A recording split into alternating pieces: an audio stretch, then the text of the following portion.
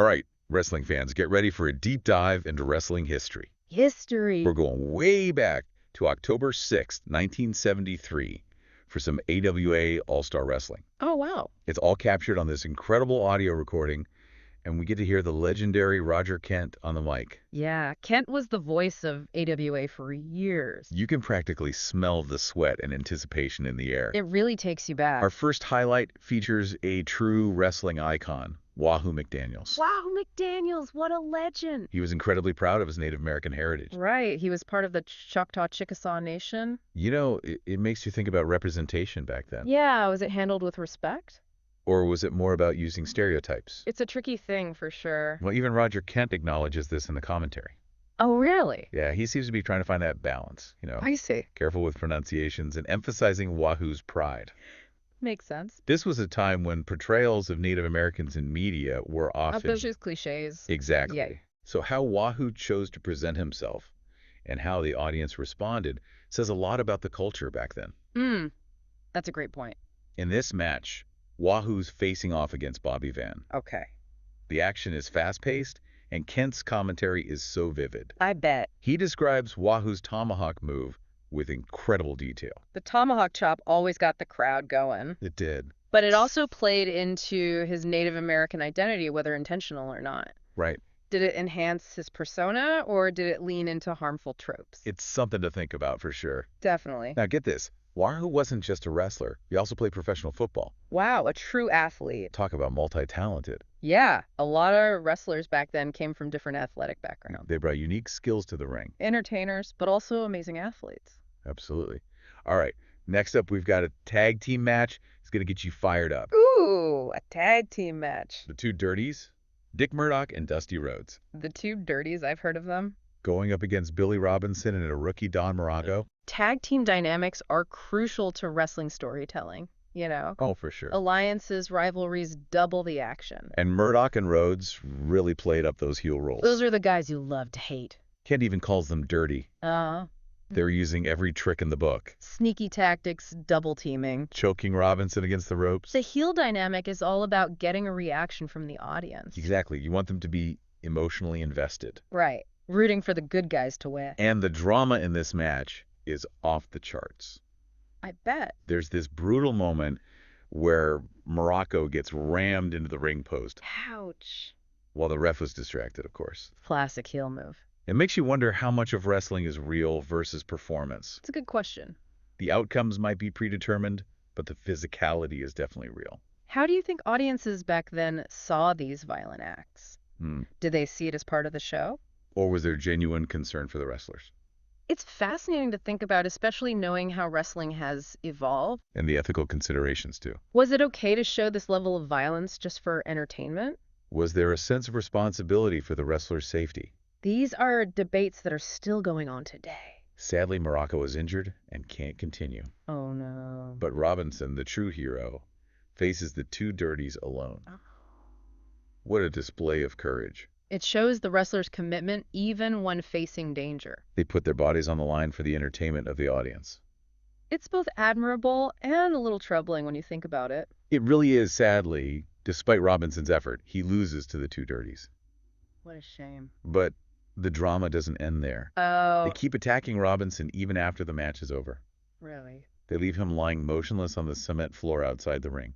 That's rough. Kent sounds genuinely worried. I bet. He even mentions a possible broken neck. It adds a layer of realism to the broadcast. It reminds us that even in a world of predetermined outcomes, injuries can happen. That's for sure.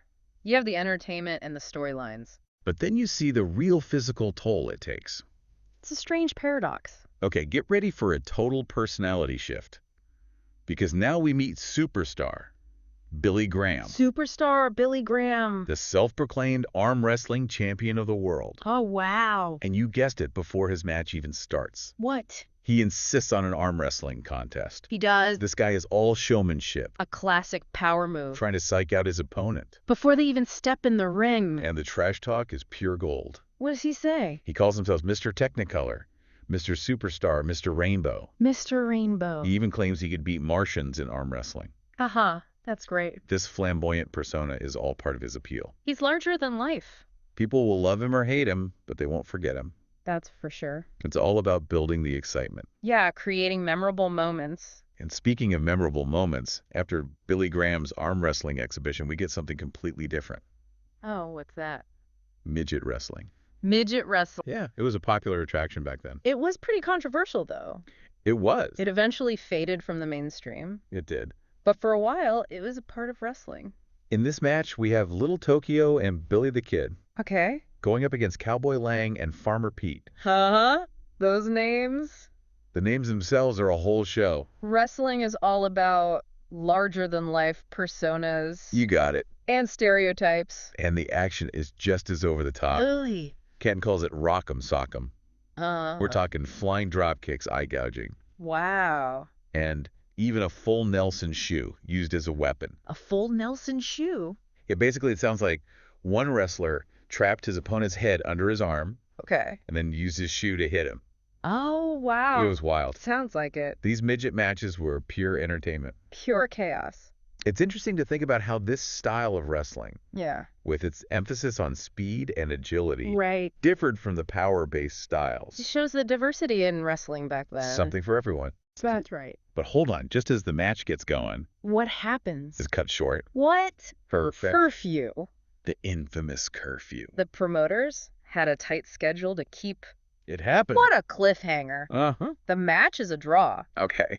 But both Little Tokyo and Billy the Kid claim they won. Sounds about right. They left it unresolved to keep the audience hooked. Of course, classic wrestling move. Keep them coming back for more. Exactly. It's a soap opera, but with body slams. I like it. Okay, after that wild ride, we're back to the main event. All right. But before we get into the next match, Kent starts hinting at something special. Oh, really? What's that? He mentions a wrestler of unusual proportions who's never competed in this area before. Now that's how you build suspense. It sounds like someone extraordinary. Someone who's going to make an impact. My wrestling senses are tingling, given the date and those hints I think we're about to meet. Who do you think it is? Hulk Hogan. Hulk Hogan. This is where it gets really interesting. Hogan's impact on wrestling is undeniable. He became a global icon. A household name. This is a major turning point in our deep dive. We're about to see the future of wrestling. And it all starts here in this 1973 broadcast. But before we get to Hulkamania, let's go back to that controversial tag team match. Okay. Remember that incident with Morocco? Yeah, Well, it seems to have really stuck with Roger Kent. I can imagine. He keeps bringing it up like he's wrestling with his own conscience. You can hear the concern in his voice. He describes how Robinson was kicked out of the ring, Right. hit his head on the cement floor, and then Murdoch piled on with a reverse suplex and a knee drop. It's brutal just hearing about it. It raises questions about the responsibility of the promoters. And even the audience. How much violence was too much? Where's the line between entertainment and real danger? It's a tough issue. It is. And it seems like Kent is struggling with it right there on the air. Wrestling has always been more than just body slams and costumes. It's a reflection of our culture. Our values? And sometimes our darker impulses. That's a good way to put it. Okay, let's shift gears back to the spectacle. All right. Remember superstar Billy Graham? Mr. Technicolor. He's back in the ring facing Angel Rivera. Let's see if he lives up to the hype. Well, he doesn't disappoint. What does he do? Kent says Graham throws his gum on the mat right in front of the microphone Yo. and starts blowing bubbles as the match begins. Aha, what a showman. Talk about a power move. He's totally dismissing his opponent. Not even taking him seriously. It's all part of the character. The arrogance, Yeah. the showmanship, getting the audience riled up. Either they love him or hate him. And speaking of quick matches, this one is over in a flash. Oh, really? Graham pins Rivera almost before the crowd can even react. Wow. Maybe all that arm wrestling strength paid off. Maybe. Or maybe it was just the promoters wanting to make Graham look dominant. Could be. Either way, it sends a clear message. What's that? Billy Graham is a force to be reckoned with. And then, just when you think things are settling down, What now? we're back to the unpredictable world of midget wrestling. Oh, boy, here we go again. Little Tokyo and Billy the Kid Okay. versus Cowboy Lang and Farmer Pete. Those names. You can't make this stuff up. Pure wrestling theatrics. The names, the costumes, the over-the-top action. It's a spectacle. A world that's familiar but also completely outlandish. I get it. Kent's commentary captures the chaos perfectly. Oh, I bet. He's talking about flying drop kicks, hair pulling, Oh, my. and even one wrestler biting his opponent's leg. Ha!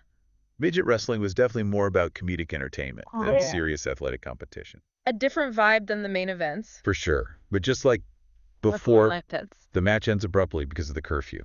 The curfew strikes again. Another unresolved conflict. Of course. Both teams claiming victory. It keeps people guessing. It kept them talking and speculating. That's the point. Okay, so we've had intense matches, outrageous personalities, We have. and moments that make you think about the line between performance and reality.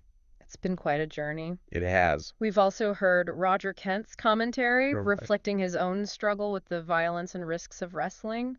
Now, as we approach the final part of our deep dive, Okay. I can sense the energy shifting. Oh. The anticipation is building. Kent starts talking about a wrestler who's going to change the face of the AWA. Wow. He describes him as a genetic freak, A genetic freak. someone with unparalleled power and charisma. This is it. The moment we've all been waiting for. I can't wait. We're about to meet the one, the only Hulk Hogan. Hulk Hogan. I gotta admit, I'm getting goosebumps. Me too. This is Hulk Hogan before the fame. Before Hulkamania. It's like a glimpse into the origin story, A superhero. but it seems like our journey has hit a snag. Oh, no. We've reached the end of the recording, Okay. and Yeah. Hulk Hogan is nowhere to be found. Really? No Hulkster. But Kent was hiking him up I know. as this incredible new wrestler. What happened? It's like tuning in for the finale Mhm. and finding out the show's been canceled. Oh, man. Maybe the Hogan match was on a later broadcast. Yeah. Or maybe it's just lost to time. Could be. I was really looking forward to hearing Kent's take on Hulkamania. I know it's a bummer.